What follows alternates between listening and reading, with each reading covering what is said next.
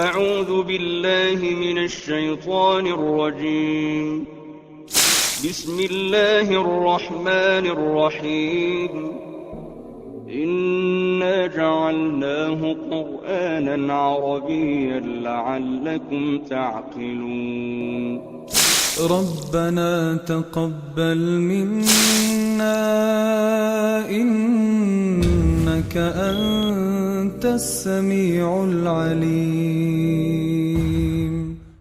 اعوذ باللہ من الشیطان الرجیم بسم اللہ الرحمن الرحیم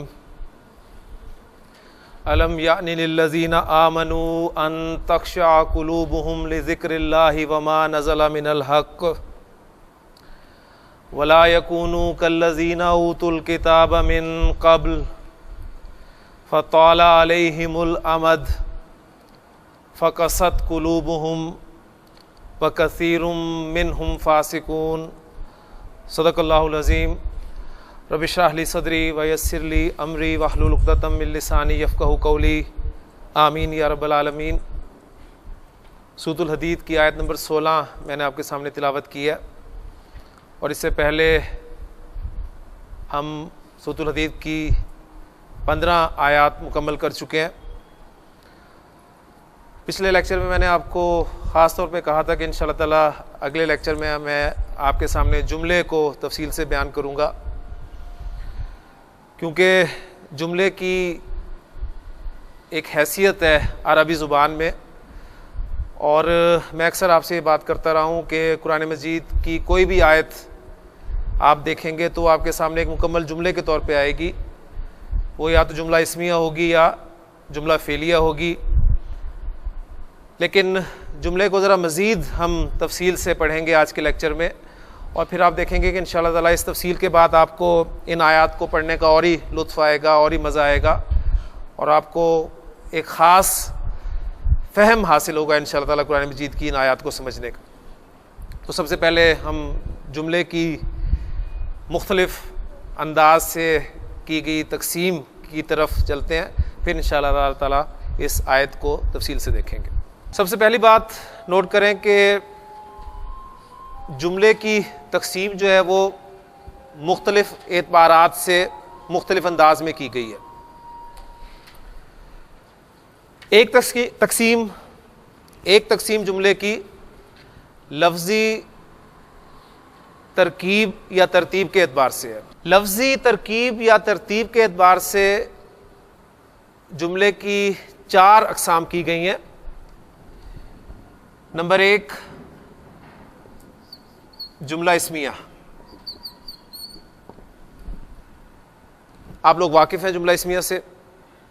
جملہ اسمیہ کسے کہتے ہیں؟ ایسا جملہ جو اسم سے شروع ہوتا ہے، یعنی مبتدا اور خبر سے مرکب جملہ آپ کا جملہ اسمیہ کہلاتا ہے۔ دوسری تقسیم، یعنی یہ میں تقسیم آپ کو بتا رہا ہوں لفظی ترکیب اور ترتیب کے اعتبار سے۔ پہلی تقسیم جملہ اسمیہ، دوسری جملہ فعلیہ۔ یہ وہ 2 جملے ہیں جن کا ذکر میں ابھی آپ کے سامنے کر رہا تھا۔ جملہ فعلیہ کسے کہتے ہیں؟ ایسا جملہ جو فعل سے شروع ہو، یعنی فعل اور فاعل کا مرکب، وہ آپ کا جملہ فعلیہ کہلاتا ہے۔ ایگزامپلز اس کی میں اس لیے نہیں دے رہا کہ کثرت سے ہم کرتے ہیں، یہ انڈرسٹوڈ ہے، لیکن پھر بھی انشاءاللہ تعالیٰ میں ابھی آتا ہوں ان کی ایگزامپلس کی طرف بھی، ایک ایگزامپل آسان سی یا سادہ ترین ایگزامپل میں آپ کے سامنے رکھوں گا۔ تو ان 2 کو تو ہم جانتے ہیں بخوبی، لیکن گرامر والے جو ہیں وہ لفظی ترکیب اور ترکیب کے اعتبار سے 2 اقسام جملے کی اور کرتے ہیں۔ ایک وہ کرتے ہیں جملہ ظرفیہ۔ جملہ ظرفیہ وہ کسے کہتے ہیں؟ جملہ ظرفیہ وہ اس جملے کو کہتے ہیں جو جملہ ظرف یا جار مجرور سے شروع ہو۔ ظرف اور جار مجرور سے شروع ہونے والا جملہ جملہ ظرفیہ کہلاتا ہے۔ اچھا، اب یہ جار مجرور کو بھی ہم نے پچھلے سبق کے حوالے سے آپ کو یاد ہوگا، ہم نے دیکھا تھا کہ جار مجرور کو بھی ظرف کہا جاتا ہے۔ ظرف اور جار مجرور یہ دونوں ظرف کہلاتے ہیں، اس بات کو سامنے رکھیں۔ تو ظرف دو قسم کا ہوا تھا نا ماشاءاللہ, ایک تھا ظرف حقیقی اور دوسرا ظرف مجازی, یعنی جار مجرور جو ہے وہ آپ کا ظرف مجازی کہلاتا ہے. چوتھی قسم گرامر والے کرتے ہیں جملے کی جملہ شرطیہ, اس کو الگ سے وہ لے کر آتے ہیں. جملہ شرطیہ کسے کہتے ہیں؟ ایسا جملہ جس کے شروع میں کلمہ شرطیہ ہو, کوئی کلمہ شرط ہو وہ جملہ شرطیہ کہلاتا ہے. اور جملہ شرطیہ جو ہے وہ آپ کو پتہ ہے کہ شرط اور جزا سے مل کر بنتا ہے. اب دیکھیں ایگزامپلز اگر میں آپ کے سامنے ان کی رکھوں تو جملہ اسمیہ کی ایگزامپل سمپل سی سادہ ترین جملہ اسمیہ میں آپ کے سامنے رکھوں گا, زید قائم. آپ کا مبتدا اور خبر جملہ اسمیہ بن گیا. جملہ فعلیہ قام زید, فعل اور فاعل سے مرکب آپ کا جملہ فعلیہ ہو گیا. جملہ ظرفیہ کی ڈیفینیشن میں نے کیا کیا؟ ایسا جملہ جو ظرف یا جار مجرور سے شروع ہو. مثلا ہم کہتے ہیں ان دی مالن, میرے پاس مال ہے, ظرف سے شروع ہو رہا ہے. اب اس جملے کو ہم کیا کہتے آئے ہیں؟ جملہ اسمیہ کہتے آئے ہیں. یعنی ہم نے کیا کہا کہ آپ کا یہ اندہ مضاف یا ضمیر جو ہے آپ کی یہ مضاف الیہ, مضاف مضاف الیہ مل کر آپ کا خبر مقدم اور مالون مبتدا مؤخر, مبتدا مؤخر اپنی خبر مقدم سے مل کر جملہ اسمیہ بن گیا. یعنی ہم اس جملہ اسمیہ کو ہم اس جملہ ظرفیہ کو جملہ اسمیہ ہی کہتے آئے ہیں, لیکن گرامر والے جو اس کو الگ سے ایک جملہ کہتے ہیں. یا اس کے علاوہ ایگزامپل وہ دیں گے, یا میں آپ کے سامنے اس کی ایک ایگزامپل رکھتا ہوں. مثلا ہمیں اگر جار مجرور سے جملہ کوئی شروع ہوتا ہوا ملے, مثلا من البیتی, آپ کا جار مجرور سے جملہ شروع ہو رہا ہے خرج زید,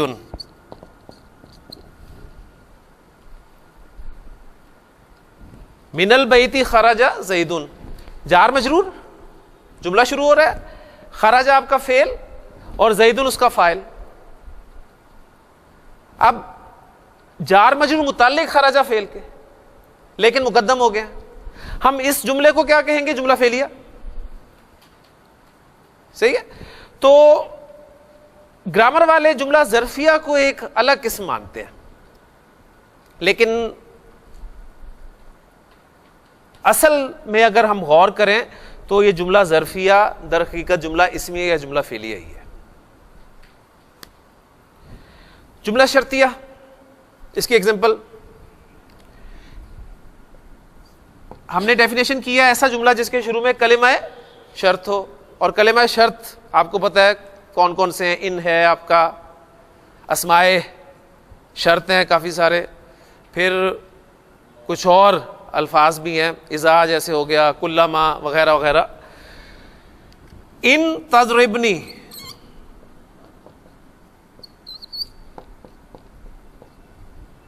اضرب کا,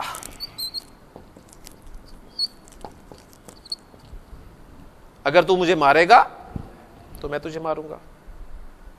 اصل میں جملہ شرطیہ جو ہے یہ آپ دیکھیں تضربنی اضرب کا, یہ آپ کے دو جملہ فعلیہ ان کا مجموعہ ہے, تو کوئی نیا جملہ نہیں ہے. اصل میں دو جملہ فعلیہ شرط اور جزائے شرط اس سے مرکب ہو کے جملہ بن گیا. یا ان تضربنی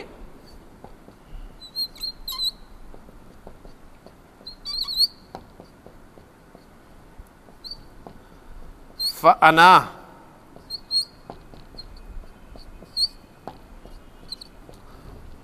ضاربک,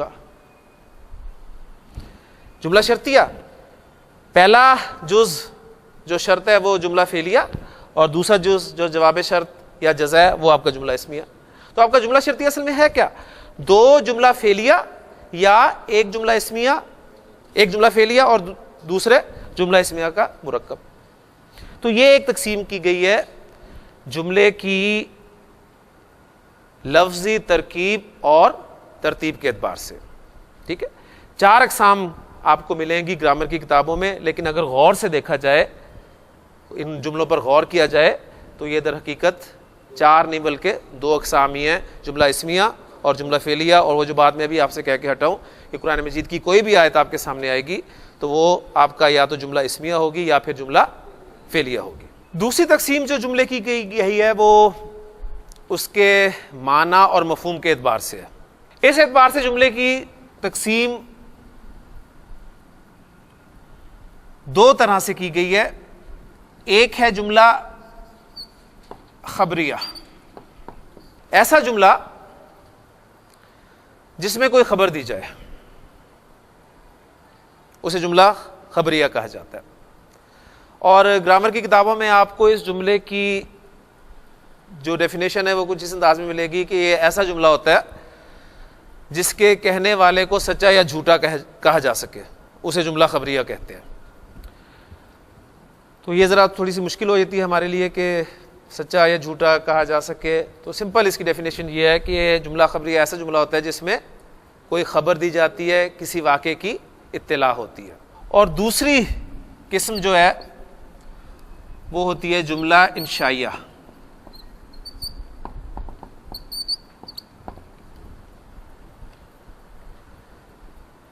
ایسا جملہ جس کے کہنے والے کو سچا یا جھوٹا نہ کہا جا سکے, یہ جملہ انشائیہ ہوگا. اور پہلا جملہ خبریہ. جملہ خبریہ کی ایگزامپل وہی 2 ایگزامپلس جو میں نے آپ کے سامنے جملہ اسمیہ اور جملہ فعلیہ کی رکھی ہے. زید قائم,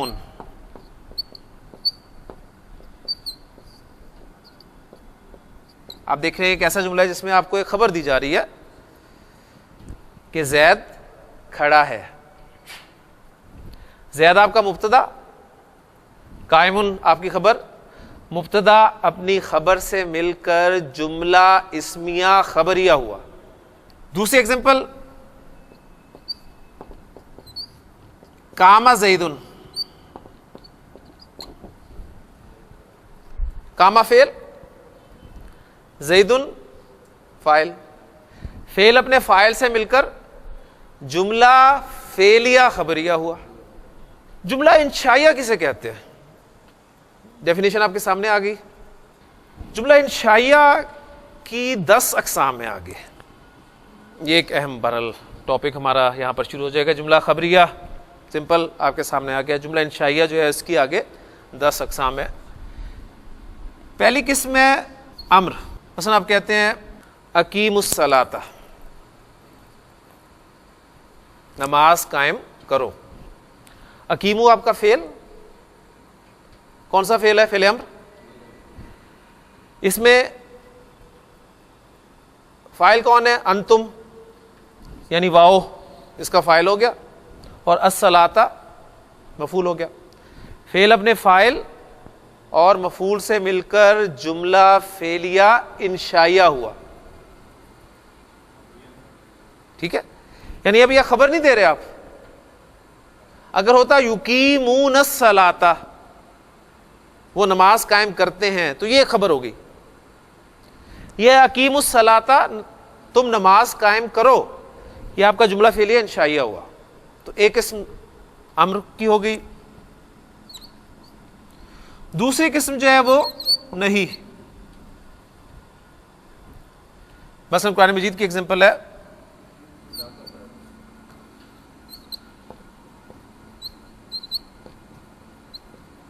لا ترفعوا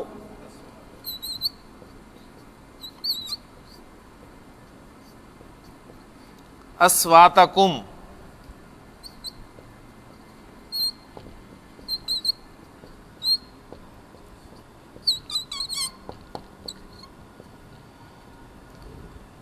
فوق صوت النبی صلی اللہ علیہ وآلہ وسلم. لا ترفعوا آپ کو پتہ ہے فعل نہیں ہے, اس میں واو ضمیر اس کا فاعل, اسواتکم مضاف مضاف الیہ مفعول، فوقہ ظرف مضاف بن کر آ رہا ہے، صوت اس کے لیے مضاف الیہ لیکن آگے مضاف، النبی مضاف الیہ. فعل اپنے فاعل مفعول اور ظرف سے مل کر جملہ فعلیہ انشائیہ ہو. ٹھیک، تو یہ جملہ فعلیہ انشائیہ کی دو ایگزامپلز آپ کے سامنے آ گئی، امر اور نہیں. تیسری قسم جملہ انشائیہ کی آپ کو ملے گی استفہام.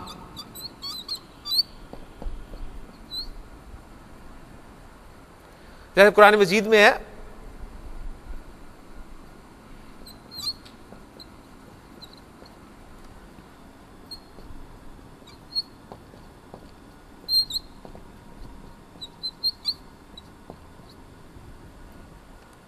اِنَّكَ لَأَنْتَ یوسف،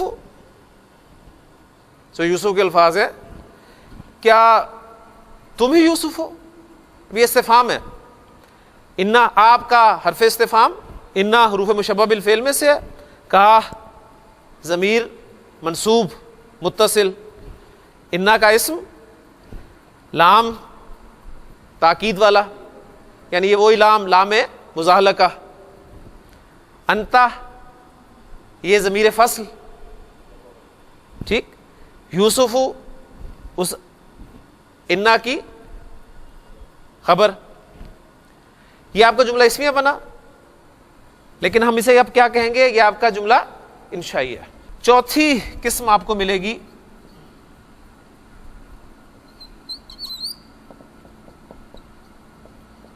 تمنی.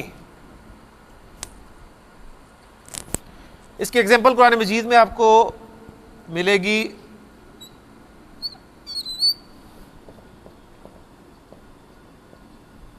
لیتنی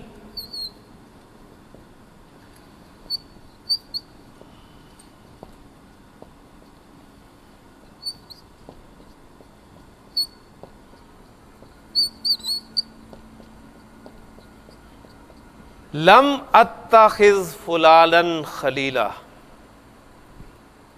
کاش میں فلاں کو دوست نہ بناتا. اب یہ تمنا،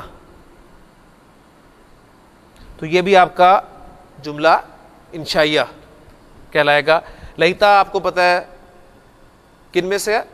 حروف مشبہ بالفعل میں سے ہے. ظاہر بات ہے اس کا ایک اسم ہے اور ایک خبر ہے، تو یا متکلم لیتا کا اسم اور یہ پورا جملہ اس کی خبر بن جائے گا.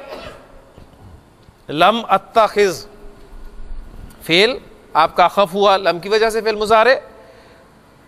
اتخذ اتخذا یتخذو، یتخذو تتخذو تتخذو اتخذو، اتخذو سے اتخذ ہوا لم کی وجہ سے. فعل فاعل، فلانن اس کا مفعول اول اور خلیلن مفعول ثانی. فعل اپنے فاعل مفعول اول اور مفعول ثانی سے مل کر جملہ فعلیہ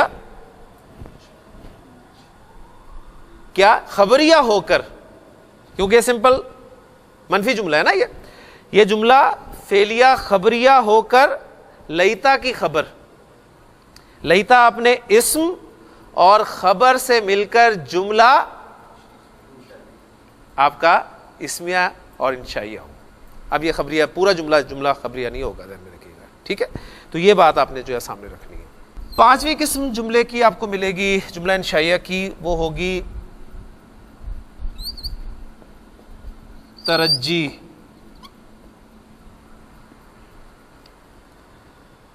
امید. مثلا قرآن مجید میں ہے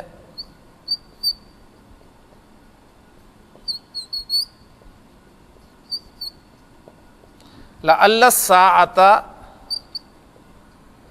قریب. لعل پھر آپ کا حروف مشبہ بالفعل میں سے، الساعۃ اسم لعل اور قریب خبر لعل. لعل اپنے اسم اور خبر سے مل کر جملہ اسمیہ انشائیہ ہو.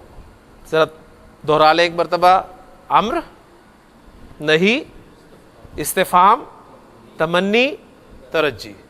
یعنی اب جب بھی آپ کے سامنے کوئی آیت آئے گی اور میں اس وقت یہ ٹرم استعمال کروں گا کہ یہ جملہ فعلیہ خبریہ ہے، یا جملہ فعلیہ انشائیہ ہے، یا جملہ اسمیہ خبریہ ہے، یا جملہ اسمیہ انشائیہ ہے، تو فوری طور پہ آپ کے سامنے ایک پکچر جو ہے وہ آ جانی چاہیے اور آپ کے لیے انشاءاللہ تعالیٰ آسانی ہو جائے گی. چھٹی قسم جملہ انشائیہ کی ہے عقود. عقود کہتے ہیں اصل میں یہ عقد کی جمع ہے. اور عقد کسے کہتے ہیں؟ عقد کے معنی ہوتے ہیں گرہ لگانا، کسی بات کو طے کرنا، کسی معاملے کو پکا کرنا. اور پھر اصطلاح میں عقد کسے کہتے ہیں؟ کوئی شخص یا کوئی گروہ کسی چیز کی پیشکش کرتا ہے اور دوسرا شخص یا گروہ اس کو قبول کر لیتا ہے. یعنی یہ معاملہ جو ہے یہ عقد کہلاتا ہے. مثلا بیعتو، با کے معنی کیا ہوتے ہیں؟ بیچنا. بیعتو میں نے بیچا. کوئی کہتا ہے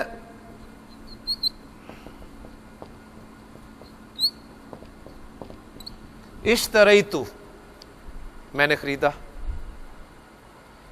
اسی طرح نکاحتو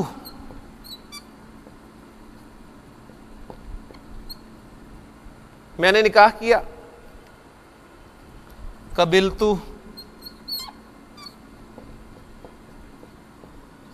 میں نے قبول کیا. تو یہ اس قسم کے جملے. اچھا یہ جملے اگر الگ الگ استعمال کیے جائیں گے تو یہ جملہ خبریہ ہوں گے. اب دیکھیں نا، بیتو میں نے بیچا، پورا جملہ خبریہ، خبر دے رہے ہیں نا. وہ کہتا ہے اشتریتو میں نے خریدا، خبر دے رہے ہیں. یہ بھی خبر دے رہے ہیں، یہ بھی خبر دے رہے ہیں. لیکن جب ان کو ایک ساتھ اکٹھے استعمال کیا جائے گا تب یہ جملہ انشائیہ بنیں گے. تو یہ عقود کہلاتا ہے. جملہ انشائیہ کی 7ویں قسم ہے ندا. ندا آپ کو پتہ ہے، پکارنا، آواز دینا.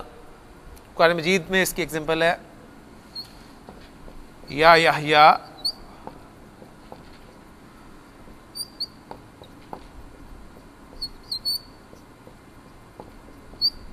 خذ الکتاب بقوۃ.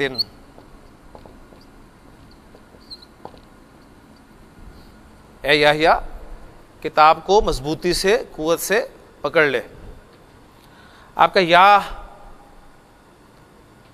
حرف ندا، اور یہ یا جو ہے یہ قائم مقام ہوتا ہے ادعو فعل کے. ادعو، دعا یدعو، میں بلاتا ہوں، میں پکارتا ہوں. ٹھیک ہو گیا.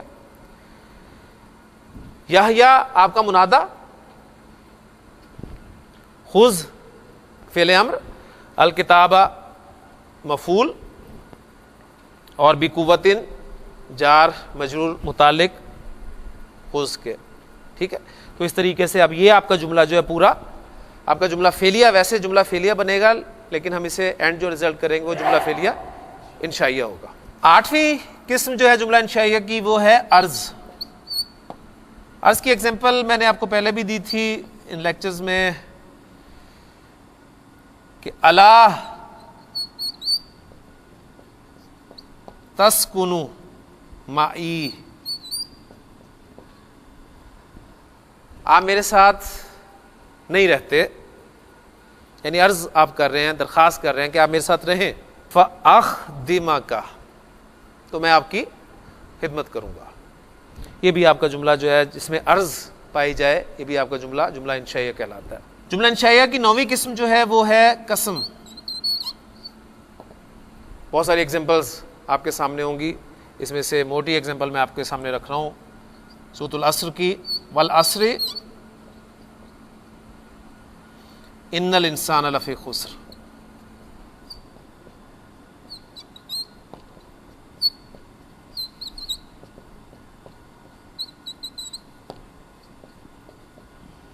تو یہ جملہ بھی آپ کا جملہ انشائیہ کہلائے گا. اور 10ویں اور آخری قسم جملہ انشائیہ کی وہ ہے تعجب.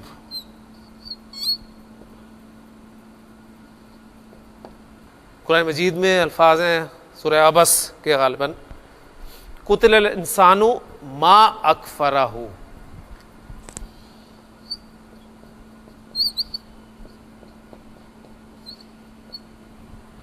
ہلاک ہو جائے انسان کتنا ناشکر ہے. ما اکفرہ، تو یہ آپ کے سامنے جملہ انشائیہ کی 10 اقسام ہیں. جملے کی تیسری تقسیم جو ہے وہ سب سے اہم اور سب سے دلچسپ ہے. وہ تقسیم جو ہے جس اعتبار سے کی گئی ہے وہ جملے کے محل اعراب میں ہونے یا نہ ہونے کی اعتبار سے کی گئی ہے. جملے کے محل اعراب میں ہونا یا نہ ہونا. جملہ یا تو آپ کا محلن مرفوع ہوگا یا پھر جملہ آپ کا محلن منصوب ہوگا یا پھر آپ کا جملہ جو ہے وہ محلن مجرور ہوگا. ٹھیک ہے، ایک صورت تو یہ ہے. یا ایک صورت وہ ہوگی کہ آپ کا جملہ بالکل اپنی انفرادی حیثیت رکھے گا، وہ کسی کے تابع نہیں ہوگا، کسی عامل کی وجہ سے وہ نہ تو محلن مرفوع ہوگا، نہ محلن منصوب ہوگا، نہ محلن مجرور ہوگا. تو یہ 2 اعتبارات سے جملے کے محل اعراب میں ہونے یا نہ ہونے کے اعتبار سے. اس میں پہلے ہم دیکھ لیتے ہیں کہ محل اعراب میں ہونے کے اعتبار سے تقسیم، اس کو ہم پہلے نوٹ کرتے ہیں. اس کی ایگزامپلز آپ کے سامنے آتی ہیں، یعنی میں اس کو دے لیتا ہوں محل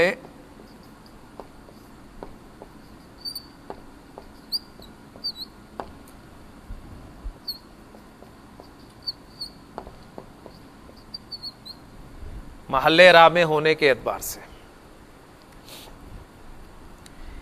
اس میں پہلی قسم جو ہے، پہلے آپ کو میں ذہنی طور پہ تیار کر دوں کہ اس انداز سے جملے کی 13 اقسام کی گئی ہیں کہ محل اعراب میں ہونے کے اعتبار سے جملہ 13 قسم کا آپ کے سامنے آئے گا. اور ابھی انشاءاللہ تعالیٰ آپ کے سامنے رکھتا ہوں، تو کوئی مشکل چیز نہیں ہے، سب چیزیں پڑھی ہوئی ہیں. کچھ چیزیں نہیں آئیں گی آپ کے سامنے، کچھ جو ہیں وہ آپ دیکھیں گے کہ پڑھی ہوئی ہیں. پہلی قسم ہے ایسا جملہ، یہ میں لکھوں گا نہیں تاکہ وقت بچا لوں، آپ اس کو نوٹ کر لیں. ایسا جملہ جو مبتدا کی خبر ہو، ایسا جملہ جو مبتدا کی خبر بن کر آ رہا ہو. ایگزامپلز میں آپ کو بہرحال ساتھ ساتھ دوں گا. مثلا آپ کہتے ہیں زید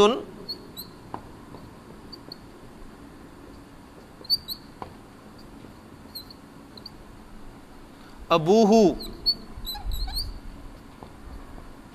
طبیب. زیدن آپ کا مبتدا، ابو مضاف، ہا ضمیر مضاف الیہ، مضاف الیہ مل کر مبتدا، طبیبن اس کے لیے خبر. مبتدا اپنی خبر سے مل کر جملہ اسمیہ خبریہ ہو کر زیدن مبتدا کے لیے خبر. تو یہ جملہ کیا بن کر آ رہا ہے؟ خبر بن کر آ رہا ہے نا. اور خبر کس حالت میں ہوتی ہے؟ حالت رفع میں ہوتی ہے. لہذا یہ جملہ آپ کا محلن مرفوع کہلائے گا.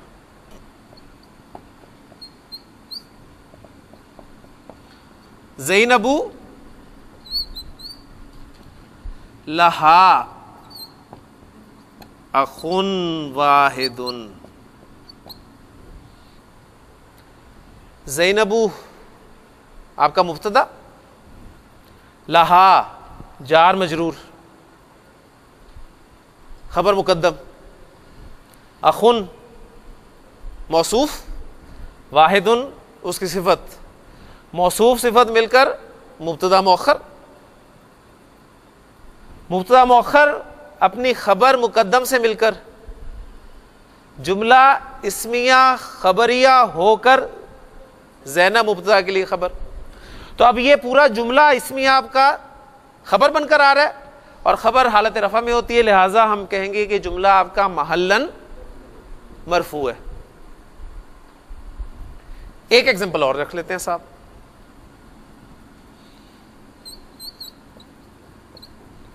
آپ کہتے ہیں اللہ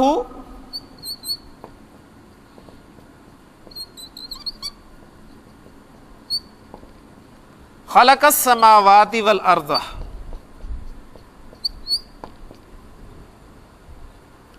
اللہ مبتدا، خلق فعل، اس کے اندر ہوا ضمیر اس کا فاعل، السماواتی معطوف علیہ، واو حرف عطف، الارض معطوف، معطوف علیہ اپنے معطوف سے مل کر مفعول، خلق فعل اپنے فاعل اور مفعول سے مل کر جملہ فعلیہ خبریہ ہو کر اللہ کے لیے خبر۔ تو اب یہ خلق السماوات والارض، یہ پورا جملہ فعلیہ خبریہ اس مبتدا کے لیے خبر بن کر آ رہا ہے اور خبر حالت رفع میں ہوتی ہے، لہٰذا یہ جملہ ہم کہیں گے کہ محلن مرفوع ہے۔ کلیئر؟ اور یہ السماوات والارض، یہ آپ کو پتہ ہے قرآن کا ایک محاورہ ہے، یعنی کائنات کے لیے استعمال ہوتا ہے۔ ہم لفظی ترجمہ اس کا کر دیتے ہیں، اللہ نے آسمان اور زمین کو پیدا کیا، اور آسمان و زمین سے مراد جو ہے یہ کائنات ہی ہے، ایک محاورہ ہے قرآن مجید کا۔ تو یہ آپ کے سامنے پہلی ایگزامپل آ گئی۔ دوسری قسم جو ہے ایسا جملہ جو حروف مشبہ بالفعل کی خبر واقع ہو۔ پہلی قسم کون سی تھی؟ ایسا جملہ جو مبتدا کی خبر واقع ہو، اور دوسری قسم کون سی ہے؟ ایسا جملہ جو حروف مشبہ بالفعل کی خبر واقع ہو۔ کیوں؟ اس لیے کہ حروف مشبہ بالفعل کی خبر بھی حالت رفع میں ہوتی ہے، حروف مشبہ بالفعل کا اسم حالت نصب میں ہوتا ہے اور ان کی خبر جو ہے وہ حالت رفع میں ہوتی ہے۔ مثلا ایگزامپل آپ کے سامنے میں رکھتا ہوں، پہلی والی ایگزامپل جو ہم نے دی تھی اسی کو ہم انا کے ساتھ جو ہے وہ کوٹ کرتے ہیں، انا زیدن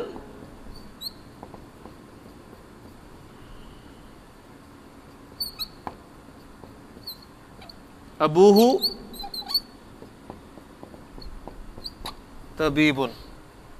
پہلے سمپل جملہ تھا زیدن ابوہ طبیبن، اب میں نے اس کے شروع میں انا حرف مشبہ بالفعل لگا دیا، جس کی وجہ سے آپ کا جو مبتدا ہے وہ حالت نصب میں چلا گیا، لیکن اب ہم اسے مبتدا نہیں کہہ سکتے کیونکہ جب انا آ گیا شروع میں تو انا نے اسے اون کر لیا، اب یہ انا کا اسم کہلائے گا اور وہ خبر جو ہے وہ انا کی خبر کہلائے گی۔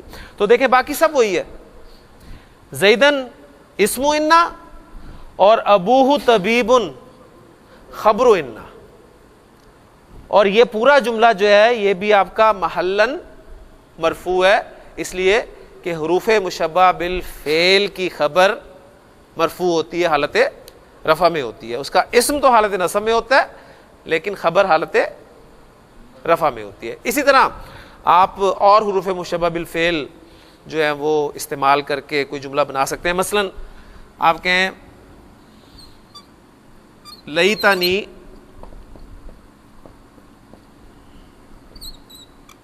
کنت ترابا،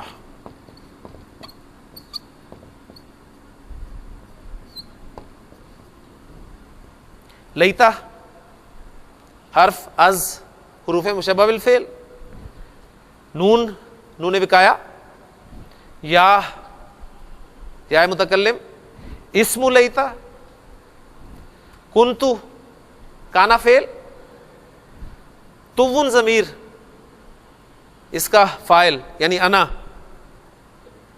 اب فاعل نہیں کہیں گے بلکہ کانا کا اسم، کانا جب بھی آئے گا تو اس کا ایک اسم ہوتا ہے اور اس کی ایک خبر ہوتی ہے، کانا کا اسم، اور ترابن کانا کی خبر۔ کانا فعل ناقص اپنے اسم اور خبر سے مل کر جملہ فعلیہ خبریہ ہوا۔ اب یہ پورا جملہ فعلیہ خبریہ جو ہے یہ لیتا کی خبر بن کر آ رہا ہے، اور لیتا حروف مشبہ بالفعل میں سے، اور حروف مشبہ بالفعل کی خبر مرفوع ہوتی ہے، لہٰذا یہ جملہ بھی آپ کا محلن مرفوع ہوگا۔ تیسری قسم ایسا جملہ جو مفرد کی تعویل میں ہو کر مبتدا بن جائے۔ پھر ذرا سنیے گا غور سے جملے کو، ایسا جملہ جو مفرد کی تعویل میں ہو کر مبتدا بنے۔ یہ مفرد کی تعویل میں ہو کر مبتدا بنے کیا مطلب ہے؟ جملہ آپ کا مبتدا نہیں بن سکتا، دھیان میں رکھیے گا، جملہ مبتدا نہیں بن سکتا، لیکن اگر جملہ آپ کا شروع میں آ جائے اور ہم اسے مفرد کی تعویل میں لے جائیں تو یہ ایک صورت ہے جملے کا مبتدا بننا۔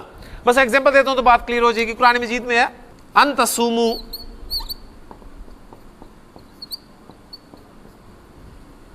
خیر لکم۔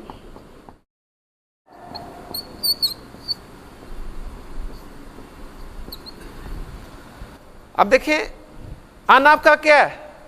ان آپ کا حرف مصدر ہے، کیا کرتا ہے؟ فعل کو مصدر کے معنی میں لے جاتا ہے۔ تصوموا، ساما یصومو، روزہ رکھنا، یہ اصل میں کیا تھا؟ تصومونا۔ ان کی وجہ سے مضارع خفیف ہو گیا، نون ڈراپ ہو گیا۔ ان تصومو کہ تم روزہ رکھو، یعنی تمہارا روزہ رکھنا۔ اب اس پورے جملے کو ہم نے مصدر کی تعویل میں لے لیا، مفرد کی تعویل میں لے لیا، یعنی مراد کے ان تصومو سے صیامکم،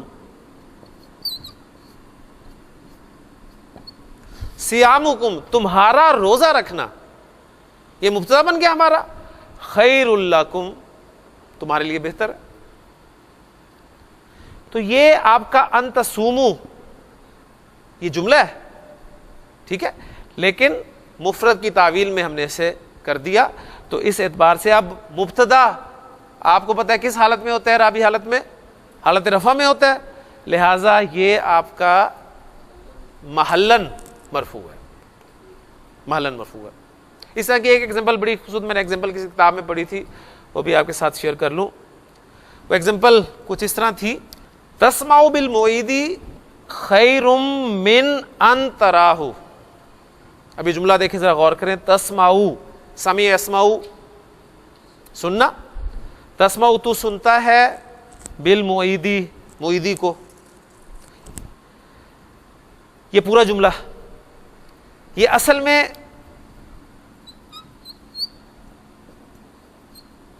سماؤ کا بالمعیدی، یعنی تیرا معیدی کو سننا، یعنی ہم نے اسے مفرد کی تعویل میں لے آئے، تیرا معیدی کو سننا بہتر ہے من ان تراہو، اس سے کہ تو اسے دیکھے، یعنی معیدی کو تیرا سننا اس کو دیکھنے سے بہتر ہے۔ چوتھی قسم ہے ایسا جملہ جو نائب الفاعل بن کر آ رہا ہو، ایسا جملہ جو نائب الفاعل بن کر آ رہا ہو۔ مثلا ابھی سورۃ الحدید میں ہم نے وہ الفاظ پڑھے تھے، آپ کو یاد ہوں گے کہ جب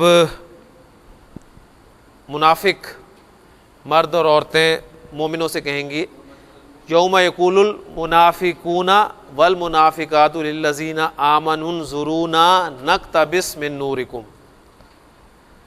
تو ان سے کیا کہا جائے گا؟ قیل ارجعوا وراءکم فالتمسوا نورا۔ اس کے ایگزامپل بالکل وہی ایگزامپل ہم سامنے رکھ لیتے ہیں۔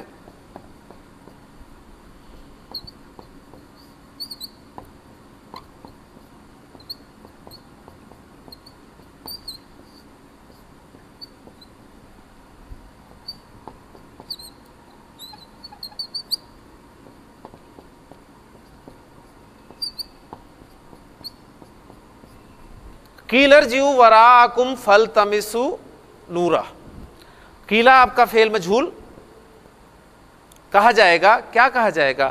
اب یہ کہا جائے گا ارجعوا تم لوٹ جاؤ، وراءکم اپنے پیچھے، فالتمسوا نورا اور روشنی تلاش کرو۔ اب یہ پورا جملہ جو ہے یہ اس قیلہ کے لیے نائب الفاعل بن کر آ رہا ہے۔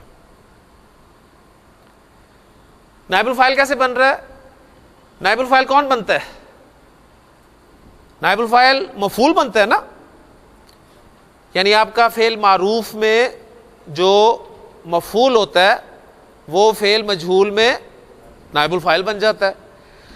تو کالا کی جب بھی آپ ترکیب کرتے ہیں تو کالا پہ میں نے تفصیل سے بات کی تھی پچھلے لیکچرز میں کہ کالا کا ایک فاعل ہوتا ہے, پھر ایک مفعول ہوتا ہے, اور مفعول وہ جملہ ہوتا ہے جو کہا جاتا ہے, اور لام کا صلہ اس کے ساتھ استعمال ہوتا ہے جس سے کہا جائے, وہ لام کے ساتھ آتا ہے. تو جو جملہ ہوتا ہے وہ مفعول ہوتا ہے جسے ہم مقولہ کہتے ہیں. تو جب کالا فعل مجہول کے طور پہ استعمال ہوگا تو ظاہر بات ہے وہی مفعول یا مقولہ اس کے لیے نائب الفاعل کے طور پہ استعمال ہوگا.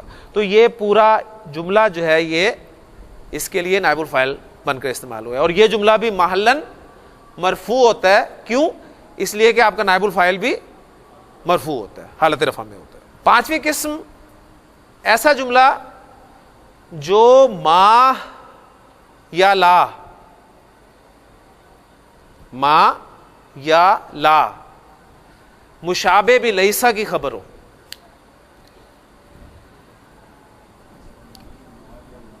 مثلا ہم کہتے ہیں ما زیدن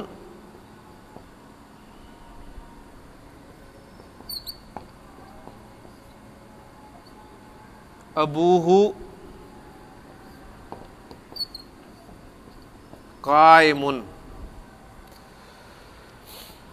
ما آپ کا جملہ اسمیہ کو منفی بنانے کے لیے ہم استعمال کرتے ہیں, لا جملہ اسمیہ کو منفی بنانے کے لیے استعمال کرتے ہیں, اور ہم نے پڑھا تھا کہ ان کی خبر جو ہے وہ حالت نصب میں ہوتی ہے. سمپل ایگزامپل رکھیں, ما ھذا بشرن, اس ایگزامپل رکھیں گے تو بات بالکل سمجھ میں آ جائے گی. ما ھذا بشرن, یہ کوئی بشر نہیں ہے. تو ایک ما کا اسم ہو گیا اور ایک ما کی خبر ہوگی, اور ما کی خبر جو ہے حالت نصب میں ہوتی ہے, اور یہ ما جو ہے یہ مشابہ بھی لیسا ہوتا ہے کیونکہ لیسا کی خبر بھی جو ہے وہ حالت نصب میں ہوتی ہے. اب یہاں پر ما کا اسم زیدن اور یہ ابوہ قائمن, یہ پورا جملہ جو ہے یہ ما کی خبر بن کر آ رہا ہے. فالو کر رہے ہیں نا؟ اور ما کی خبر چونکہ حالت نصب میں ہوتی ہے لہذا اس پورے جملے کو ہم محلاً منصوب کہیں گے. یہ پورا جملہ محلاً منصوب ہے. یہ ٹاپک بہت اہم ہے اس اعتبار سے کہ آپ کو جملے کا اعراب انشاءاللہ تعالیٰ پتہ چلے گا. آپ کو جب بڑی کتابیں پڑھنے کو ملیں گی, آپ کو ترکیب قرآن پہ کتابیں لکھی ہوئی ملیں گی تو وہ ساری عربی میں لکھی ہوئی ہیں, وہاں پر یہی باتیں آپ سے عربی میں کی جا رہی ہوں گی. تو کم از کم میں یہ اپنے ان لیکچرز کے ذریعے یہ چیزیں ریکارڈ بھی کروا دینا چاہتا ہوں اور آپ تک بھی پہنچا دینا چاہتا ہوں کہ کم از کم میرے بعد آپ کو ان چیزوں کے لیے ادھر ادھر پریشان نہ ہونا پڑے, آپ کو یہ چیزیں ایک جگہ پر ہی لیکچرز میں مل جائیں. ان شاء اللہ تعالیٰ آپ کو یہ پوری میں کوشش کروں گا کہ یہ ترتیب وار جو ہے ساری چیزیں دے دوں. تو بہت اہم چیزیں ہیں, انہیں تھوڑی سی آپ اگر ایک مرتبہ دوبارہ پڑھ لیں گے تو ان شاء اللہ تعالیٰ بالکل کھل جائیں گی. اور میں کوشش کروں گا کہ سورۃ الحدید کی جو آئندہ آیات آپ کے سامنے پیش کروں ان آیات کو انہی لیکچرز, یہ جو آج کا لیکچر ہے خاص طور پہ اسی لیکچر کے حوالے سے بار بار وہ کوٹ کروں. یہ جملہ یہاں پر یہ آ رہا ہے, یہ کون سا جملہ ہے, اس کا محل اعراب کیا ہے یا نہیں ہے, یہ ساری چیزیں انشاءاللہ جب سامنے پریکٹس میں آ جائیں گی تو ایک آدھی صورت آپ نے اس پیٹرن پہ کر لی تو انشاءاللہ آپ کے لیے پورا قرآن مجید جو ہے آسان ہو جائے گا انشاءاللہ تعالیٰ. تو اس لیے اہم ہے, وقتی طور پہ چیزیں مشکل لگتی ہیں تھوڑی سی, لیکن آہستہ آہستہ جب آپ بار بار ایک چیز کو کرتے ہیں تو آسان ہو جاتی ہیں. تو ما اور لا مشابہ بھی لیسا کی خبر جملہ بن کر آ رہا ہو تو وہ آپ کا محلاً منصوب ہوتا ہے. چھٹی قسم ہے ایسا جملہ جو افعال ناقصہ اور افعال مقاربہ کی خبر ہو. ایسا جملہ جو افعال ناقصہ اور افعال مقاربہ کی خبر ہو. افعال ناقصہ, فعل ناقص سامنے آتے ہی کون سا فعل سب سے پہلے آپ کے ذہن میں آتا ہے؟ کانا. کانا آپ کا فعل ناقص ہے, ٹھیک ہے نا. تو کانا کی خبر آپ کو پتہ ہے حالت نصب میں ہوتی ہے, ابھی ہم نے کی تھی کنت ترابا, آپ کہتے ہیں کان اللہ غفور الرحیم. اب اس کانا کی خبر کی جگہ پر کوئی جملہ آ رہا ہوگا تو ظاہر بات ہے وہ جملہ اب ہم محلاً منصوب کہیں گے کہ وہ محل کے اعتبار سے حالت نصب میں ہے.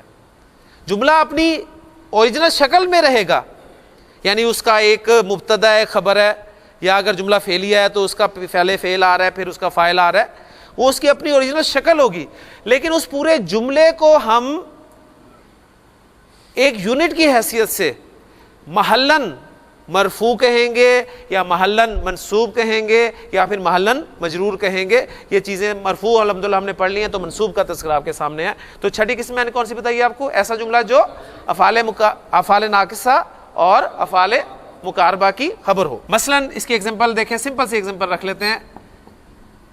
کانا زید ابوہ قائم. کانا جب بھی آئے گا فعل ناقص آئے گا، اس کا ایک اسم ہوگا اور ایک خبر ہوگی. اگر یہ سمپل جملہ ہوتا زید کھڑا تھا تو اس کی عربی ہوگی کانا زید قائمن. کانا زید قائمن. تو دیکھیں بالکل آپ کو نظر آ رہا ہے کانا فعل ناقص، زید اس کا اسم اور قائمن اس کی خبر. اب اس قائمن کی جگہ پر ہم نے ایک جملہ رکھ دیا ابوہ قائمن، مبتدا اور خبر کے ساتھ. اب یہ جملہ جو ہے یہ محلن منصوب ہے، ٹھیک ہے نا، یعنی کانا کی خبر کی جگہ پر آ رہا ہے. تو یہ کانا کی خبر چونکہ حالت نصب میں ہوتی ہے، لہٰذا یہ جملہ بھی محلن منصوب ہے. اسی طرح افعال مقاربہ وہ بھی افعال ناقصہ کی طرح ہی استعمال ہوتے ہیں. مثلا ایگزامپل ہے قرآن مجید میں فَذَبَحُوهَا، انہوں نے اس گائے کو ذبح کر دیا، وَمَا كَادُوا يَفْعَلُونَ.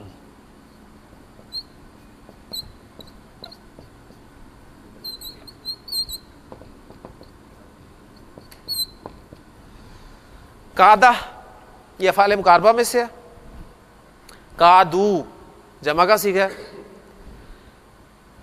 جمع کا صیغہ ہے تو ظاہر بات ہے اس کا کادہ کا اسم وہ واو ضمیر یعنی ہم، اور پھر خبر جو آ رہی ہے وہ یفعلون.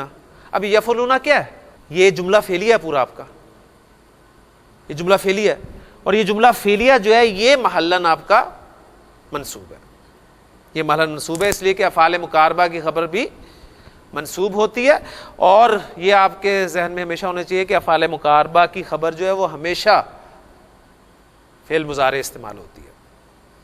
افعال مقاربہ کی خبر ہمیشہ فعل مضارع استعمال ہوتی ہے. سورہ ملک کی ان آیات کو بھی سامنے رکھیں تو تکاد تمیز من الغیظ، تکاد ٹھیک ہے، اور تمیز من الغیظ، وہ تمیز من الغیظ فعل مضارع وہ اس کی خبر بن کر آ رہا ہے. تو یہ آپ کی افعال ناقصہ اور افعال مقاربہ کی خبر، ایسا جملہ جو افعال ناقصہ اور افعال مقاربہ کی خبر بن کر آ رہا ہو وہ آپ کا محلن منصوب ہوگا. ساتویں قسم ایسا جملہ جو حال بن کر آ رہا ہو. ایسا جملہ جو حال بن کر آ رہا ہو. حال کس حالت میں ہوتا ہے؟ حالت نصب میں ہوتا ہے نا. آپ کہتے ہیں جاء زید، زید آیا راکبن، سواری کی حالت میں، سوار ہو کر. لیکن بعض اوقات جملہ بھی آپ کا حال بن کر آتا ہے. وہ حال کا لیکچر جو میں نے آپ کو پورا دیا تھا اس میں جملہ حال بن کر آ رہا ہے. مثلا ایگزامپل قرآن مجید سے دیتے ہیں. قرآن مجید میں لا تقربوا الصلاۃ